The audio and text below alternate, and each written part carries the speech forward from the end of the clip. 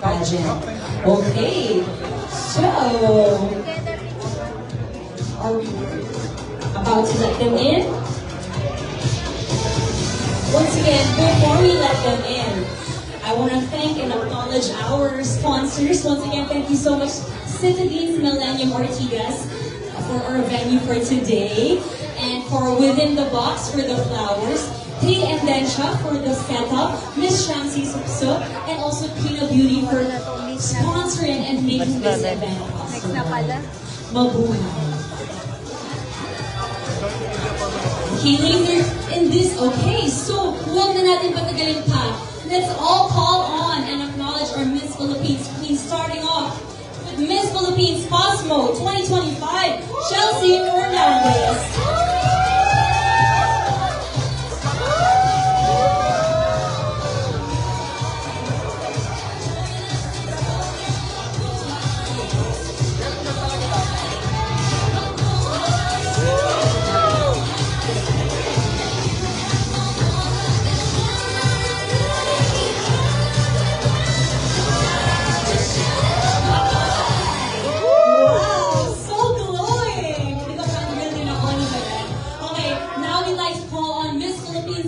International 2026, Gabby Carvalho.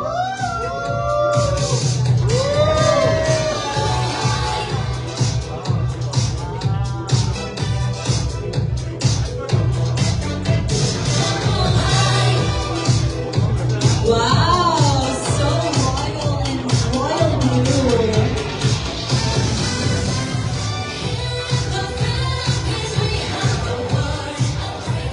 Okay, now I'd like to call on our Miss Philippines Supernational 2026, Kat Legado.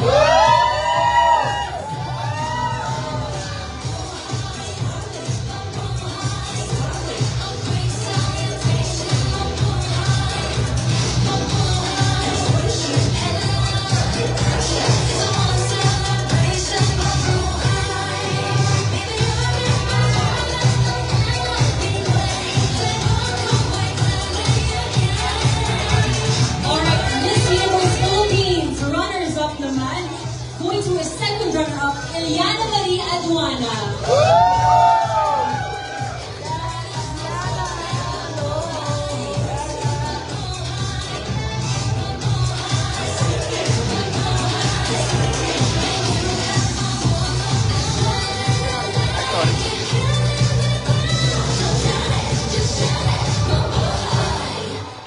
All right, and our first runner-up, Teresita Winwin Marquez.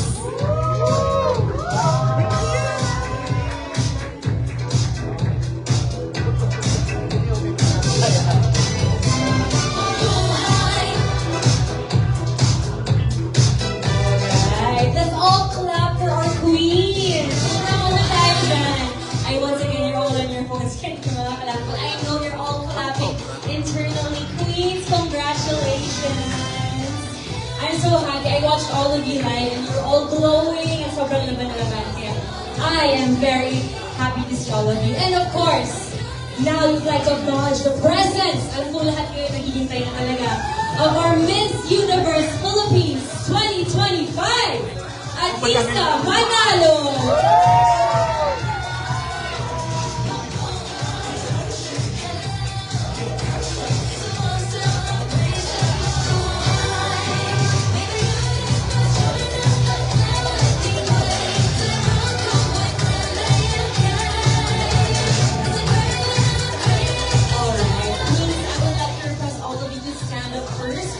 Photo op for official photographer and also for our media partners.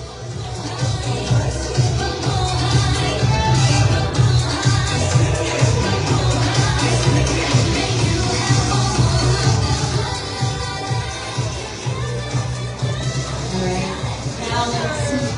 You can now sit down because later on we'll also have a photo op. Alright, Queens, congratulations once again. Grabe, I'm also fangirling as I am looking at all of you. You all did so great. And I'm sure all of you are enjoying the rest after the storm. So before I give the floor to the media, I would like to ask Queens, how are all of you? What did you do after the pageant? Have you rested? Have you eaten your favorite food? Let us know. We want to know. Let's start with you, Miss Chelsea. As for me po, I really slept more than 8 hours after the competition. So during the weekends, I just slept and watched a lot of movies on Netflix. You know, it was really a me time for me. Yeah, and of course, celebrated after with my family. What movie did you watch? Reveal naman para panoorin naman. I just forgot the title, but it was a thriller movie. Wow. Later, I'm going to share it to all of you. Thriller movies pala. Thriller. That's the genre that I really like. Oh, noted for some people here. Thank you, Chelsea. Miss Cebu, how are you? Well, I love, by the way, your ano talaga, oh my gosh, tumatak yun sa akin. Talagang napasigaw ako sa upuan ko. Grabe, I love the evening gown performance. So, how are you? Have you rested? Well, I got out of bed the day after at like 12 noon, which is like the first time that that's happened in 3 months. So just to lay down in my bed and have nothing to do was the biggest blessing. And of course, you know, I feel like it's so amazing being next to all of these girls. Like the fact that I get to be here with them is already a big deal for me. What a blessing indeed. Okay, who would like to go next? Walang nasabi. What a blessing. Truly a blessing. Miss Win, I'm a fan. Thank you. Ako naman, I celebrated my birthday. Thank you. I celebrated my birthday and some of the candidates went to my house. Sinalubong namin yung birthday ko and actually nakakatawa. After the pageant, ang unang binigay sa akin, grocery list. Wow. Sa bahay. So, What a blessing also. Yes, blessing pa din. So, it's just nice to celebrate my birthday with the Queens as well. And it's such a good gift kasi na-experience ko ang Miss Universe Philippines na dati ko lang dream. Ngayon, first runner-up na ako. Wow. Happy birthday, Miss Thank you. Win. As for me, nag-celebrate kami with Ate Win. I was there, present. So back-to-back celebration ang ginawa ko with my family, with Ate Win, with my team. So talagang we poured our heart out talaga. Kasi this one is really a dream for me. And talagang it's a celebration. And the support system ng team namin na nakamit na namin yung Supranational Crown. Thank you so much for the organization, for the trust. For me naman, same with my Miss Universe Philippines sisters. After the pageant, I actually attended the after party. I was a little bit late, pero I enjoyed the night as well. But kinabukasan nun, I also spent the day with my family and also celebrated. Also slept for the whole day. Deserve. Kaya pala nandiyan pa rin yung winning glow yung lahat because you've all rested afterwards. And of course, Miss Universe Philippines 2025. Have you rested, Miss Atisa? Oh, I needed a rest because immediately after the after party, I lost my voice and I had to do a shoot because I didn't want to miss the chance to show everyone my new crown, my new sash. I wanted to work right away. I couldn't even sleep after the after party. Umaga na ako nakatulog because I was already thinking of a plan for Thailand. And after, I think my body gave up because 3 days before the finals, I was already sick. So I lost my voice. Now I'm getting it back now. I'm trying to rest still, but you know, this is my dream and I'm living it. So, bahala na the sickness. Yes, congratulations, Miss Atisa. Sana lahat ng may sakit ganyan itsura, no? Alright, now, we open the floor to the media for the Q&A. Alam ko madami kayong tanong, especially for newly crowned Miss Universe Philippines 2025. Na by the way, sobrang glowing pa rin until now. Di nawawala ang winning go. Am I right, media? Grabe. Sana all. May sakit pa. Hi, I'm Miss Shirley from Business Mirror and Phil Sardaco. For Atisa, congratulations. It's unfortunate that some pageant fans are really terrible at spelling your name. Once and for all, can you spell it for us for the benefit of everyone, please? You know, I actually don't mind because growing up, all throughout my life, people mispronounce my name, they misspell it. So I don't really mind because I know they're talking about me. But it's spelled Ahtisa. What's the origin of your unique name? My father's name is Akti. It's actually supposed to be pronounced Aktisa. My father's name, my biological father, who's Finnish, his name is Akti. And my mom made it added an SA for it to be more feminine. And also, our reigning Miss Universe is from Denmark and you're Finnish. Did you get to talk to her because you're both of Scandinavian descent? Actually, Miss Universe Europe is from Finland. Yeah, so I spoke to her and took pictures together, and I told her that I really want to visit Finland because I've never been, even though my biological father's from there. Can you talk about your relationship with your father now? I don't have a relationship with my father. We,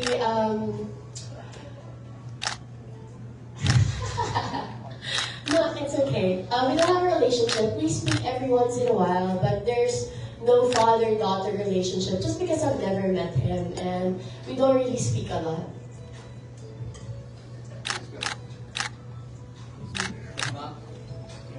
Hello, good afternoon. Armin Adina for Play Choir. Congratulations, ladies. And also, let's like Miss V. Miss V.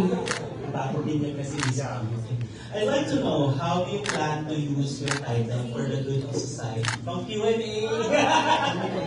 Let's start with the vertigo from left to right. My left to my right. Well, me? Well, I've been vocal why I joined pageantry. It's because to inspire moms like me to, dreams never expire even when you're a mother for a certain age. So I feel like in society, we should not belittle those kagaya namin mga nanay na sinasabi na bahay lang kami, ito lang ang gagawin namin. So I think I sent that message right through all the people with what I've done. And I hope I have inspired a lot of women also to do the same. Na huwag matakot na habulin ang dreams nila kasi wala naman talaga dapat pumigil doon. Thank you. Well, I'm always vocal when I'm very an advocate for Magro reforestation, and now knowing that Cosmo has a lot of causes, I am really excited to be part of that. And I'm going to have my Grand Hope Kobe this May 2025, and one of the itineraries there included is to plant mangroves, of course, with the support of the province of Sultan Kudarat. So from there, we're going to start na, and I hope magtuloy-tuloy po itong causes nito. For me naman po, sabi ko nga sa Q&A ko, babae naman. So as a women empowerment advocate and also an entrepreneur, I feel that women could break barriers in whatever industry that we are in. So I would continue supporting Project Pearls. This is one of the organizations from our Love Above All. So I'll be going back to Tondo and visit the nanays and hopefully continue to support their advocacies and have projects with them that would really sustain their families. Apart from working with organizations that Miss Universe Philippines actually work with, like Pearls and Save the Children and Love Yourself, we already work with organizations like this to further the causes that Miss Universe organization believes in, and as well as Queens. But apart from that, I think just being on this platform, showing everyone that sometimes the dreams that you make for yourself, sometimes they take 17 years to achieve. I think that's really a big thing already to show everyone that don't give up on anything that you want to do. Just persevere and work hard and you will get it. So in Cebu, I actually established my own organization back in 2019 called the Green Wave Cebu. So very in line with Miss Eco International. The project that I've been trying to grow a lot is called Sabon Cebuanon. So I work with the tourism industry in Cebu. So a lot of the biggest resorts donate their like-to-use bar soaps to me. And then we have remolding workshops and distribute our new bars of soap all around Cebu province. So my plan with this title is to grow it bigger. My problem has always been funding. It's always been finding a way to keep it super sustainable. and of course workforce. So I really hope that with the network that I get from being part of this organization, I'm going to be able to grow it even further. And I feel like another problem I've had with it is not really being able to share it as much with the world as I would want to. So I think being on this higher platform now, it's really going to allow me to share it more. Not for the sake of having my org be more well-known, but really just to be able to reach a further amount of people. Hopefully not just in Cebu, but in the whole Philippines.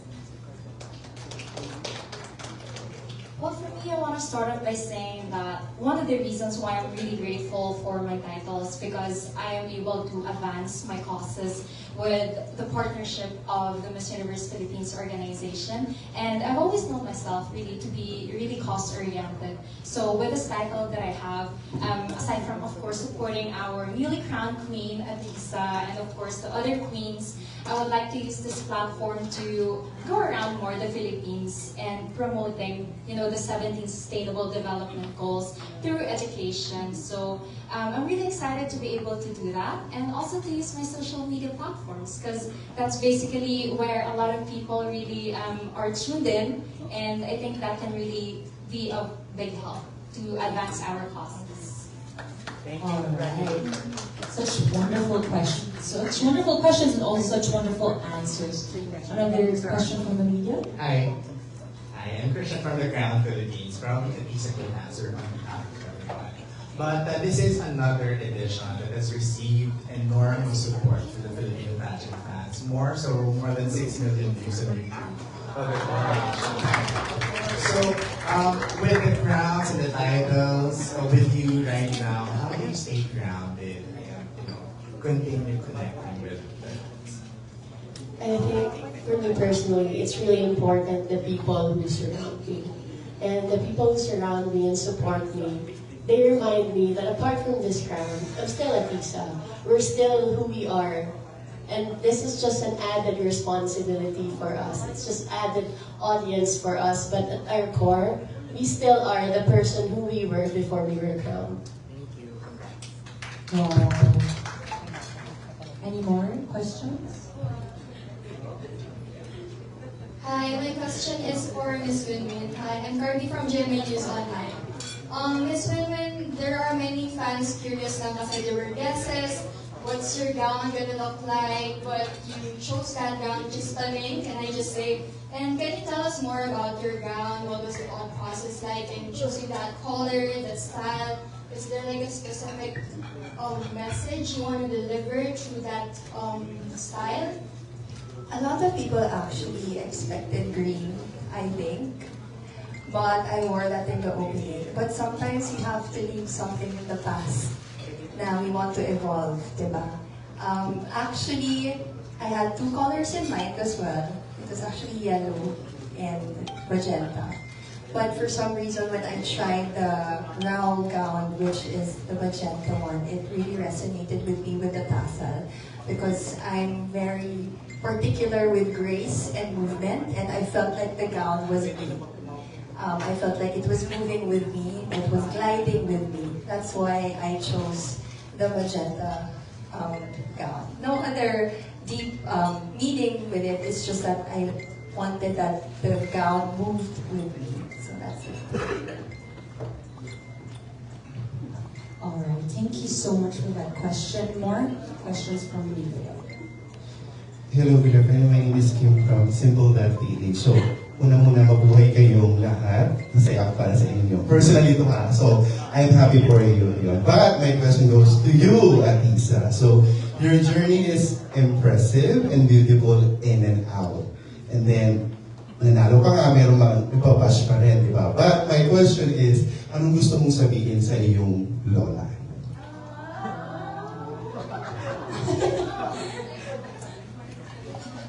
Yun lang yung tanong ko sa'yo. Yun lang. Hindi kita papahirapan, hindi kita nitirahin. Okay.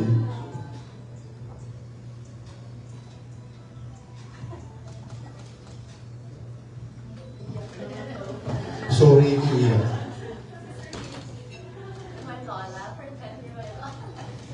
Kasi diba you dedicated this to her? So, meron ka bang one message or one sentence to her? I feel like through my heart, if it makes sense, I speak to her a lot. Because a lot of the way I am is because of her. It's because of how she raised me. And I just wanna, like more than anything, I'm grateful that even though she had passed from this world, she's still with me and like she pushed me to go for my dreams. And like I'll forever remember her and forever she'll be in my heart.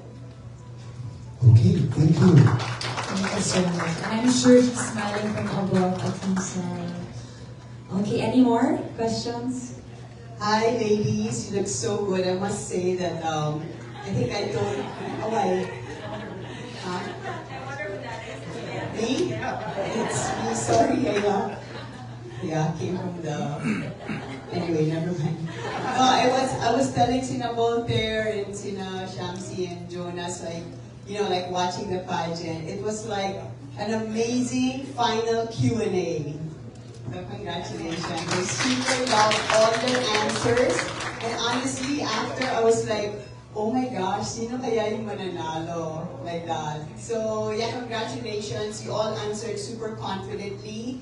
And you were so sure of yourself. So you did a great job with the Q&A. Kasi yun lagi yung, di ba, medyo tikitik. But anyway, I mean, like, people are usually like nervous about the Q&A, di ba, Jonas? So happy. So happy. Yeah, of course it is nerve-wracking talaga. So you guys passed with flying colors. So I wanted to ask, like, I saw Miss Sultan Kudarat outside with your fans after after the pageant. We're still so happy. So I just wanted to ask a little bit of each.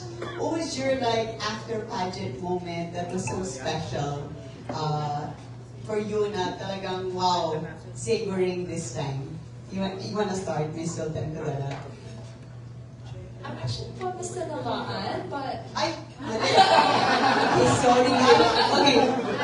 Disclosure, galing ako sa ER. Galing ako sa ER ng Asian Hospital.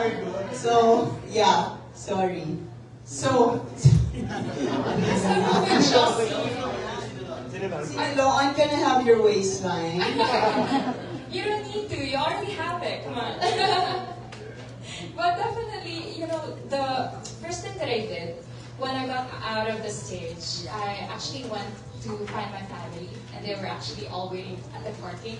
So everybody was there. Everybody from Sinaloa who watched was also there. So I felt really loved, and I've actually shared this one before too. I've never felt so supported and loved like this before since I joined pageantry, and I felt like everybody was there backing me up, still rooting for me and all. And there was a lot of emotions going on, roller coasters of emotions, all the highs and the lows. I was able to feel it afterwards, but they made everything so special. They made that situation really special, and they made me feel loved. So I'm really grateful for my family for being there waiting for me after.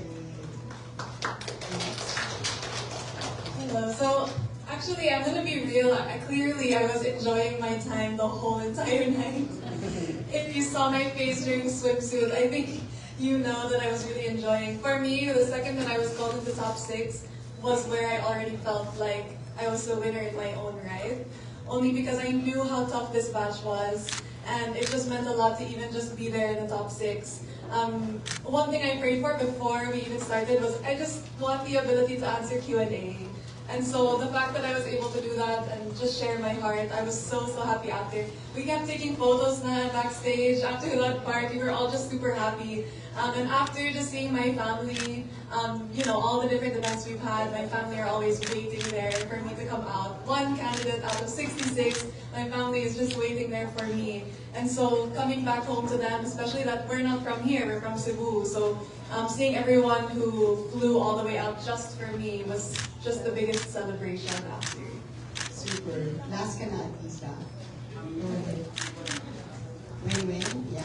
I think you were there, Miss Diane. Yeah, you were there. That moment when my daughter ran up to me and my partner. So, hindi natulog yung daughter ko from the start of the pageant until the end of the pageant. Hanggang pag-uwi namin, gising na gising siya holding the banner Muntinlupa. So my partner had that photo. So I think yun na yung prize ko talaga na my daughter has seen me on the Miss Universe Philippines stage, that she could say that when she goes to school that my mom is Miss Universe Philippines for starting. So, yeah. Of course, thank you, Miss Diane, for capturing that moment. So right after the coronation night, I feel like I had the immediate meet and greet with all of the Chelsea supporters. So thank you for capturing po.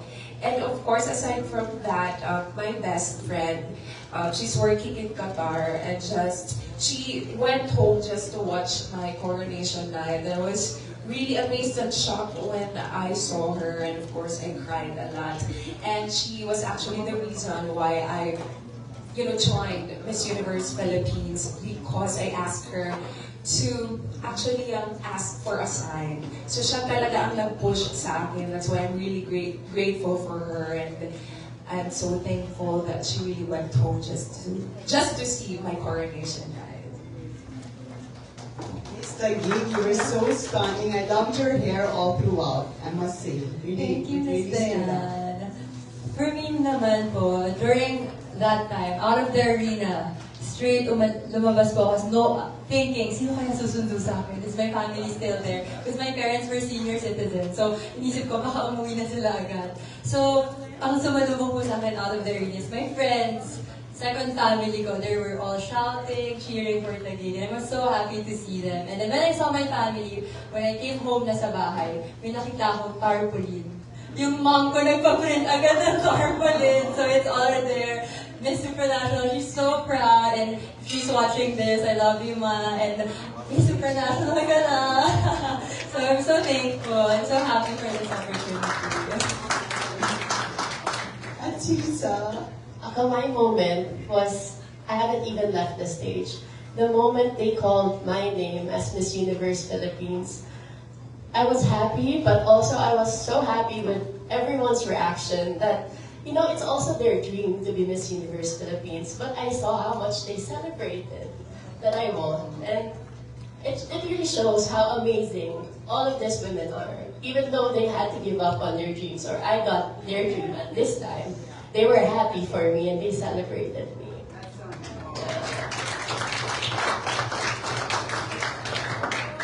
Such well-spoken queens. Queens indeed. Alright, any more questions? Alright, so before we take some photos, meron tayong activities sa ating mga queens. Kung may Q&A sa pageant, meron ding performance. So we will be asking them to dance Mabuhay. Okay, ready ba tayo doon, media? Yes! Okay, maestro. Nag-request po ng presence ni Miss Celeste Cortesi, aka Miss B. No, sila muna dahil na ni Miss B. Miss B.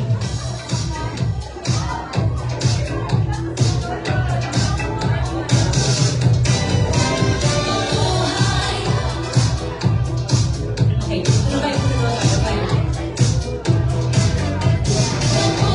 si George, kailangan nila ng refresher sa books.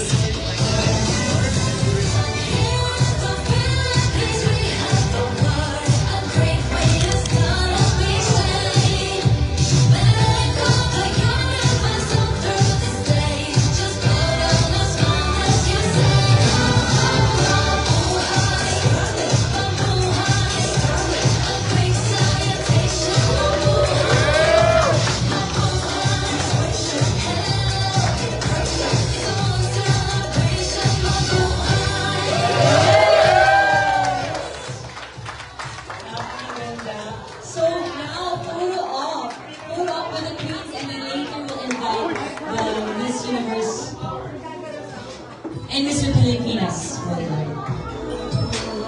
Grabe. All deserving queens. All queens in the Philippines.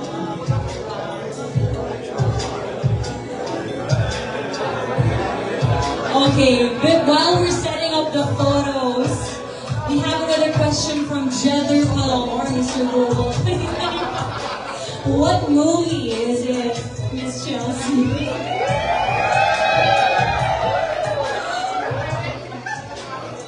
Oh no, I'm dead. Okay. What movie? Please reveal the movie, Miss Chelsea. Even if you're okay, try to remember because we want to know. Such beautiful queens, all deserving to be in the top 6. And of course, our very radiant and beautiful Miss Universe Philippines ang kukuha ng 5th crown for the Philippines. Tama ba ng media?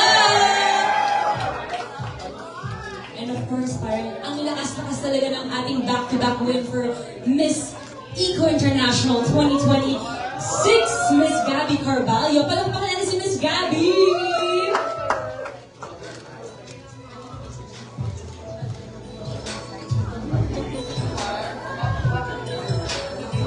Okay, now, picture with our MUPH and Empire Board of Directors.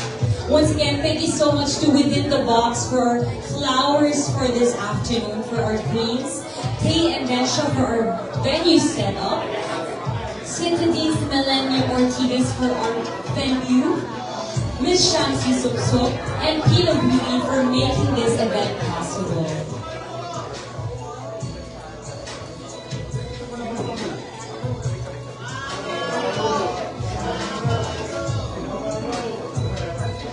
Si Mama Ludo po, ating National Search Director.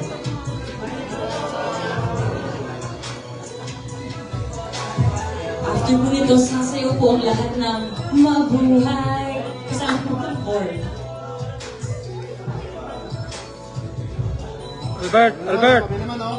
Albert! Si Mr. Albert! Sumasayo Matras ng ah. mabuhay. O, media naman, media. Smile! Okay, media partners, smile. Center, please, center! Eyes on the center!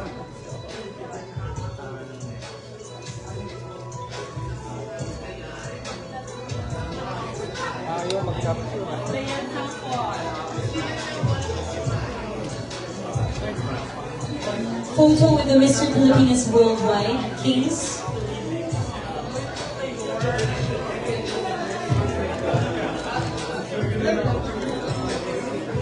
And we Miss Celeste Cortesi first, also known as Miss V. Miss V, officially rebranded this afternoon. Miss V. Yung Mama J naman. Gusto ko kayo na lang to. Ano yung pinagay kanina? Bakit? Ayaw mo? May movie kasi ako. Tubok masira. Once again, thank you so much to Within the Box for our flowers, for our beautiful flowers, for our beautiful queens. Beautiful queens inside and out. May pinaplano yung voice na placement. Bakit yun?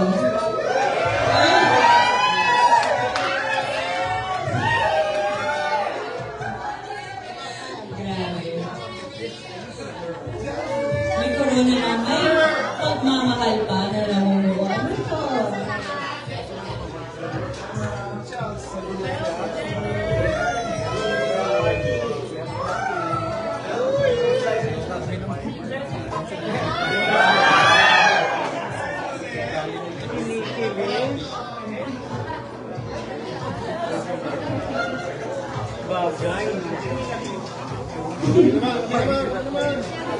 O, dito, center, center!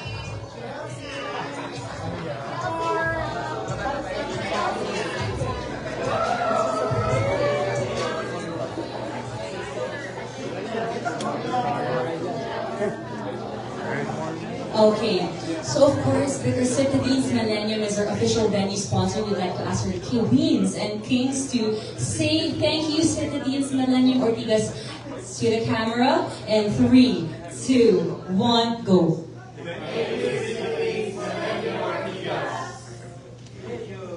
Okay, very regal. Walang woo! Kasi queens sila.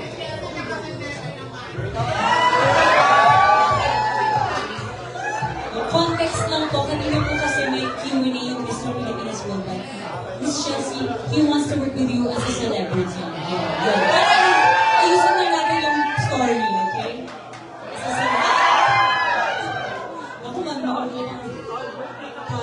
movie. Ayaw kayo, thriller nga lang. Gagaling yung kamay sa ang ganda ng mga aba. Gagawin na sa... Ba?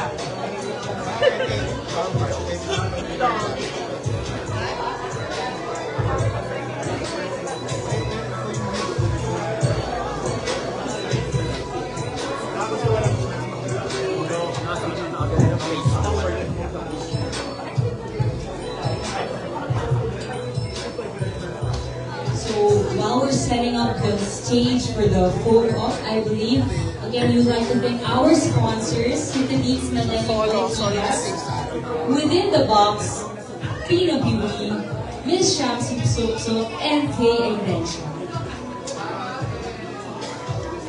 Tara and Kagik,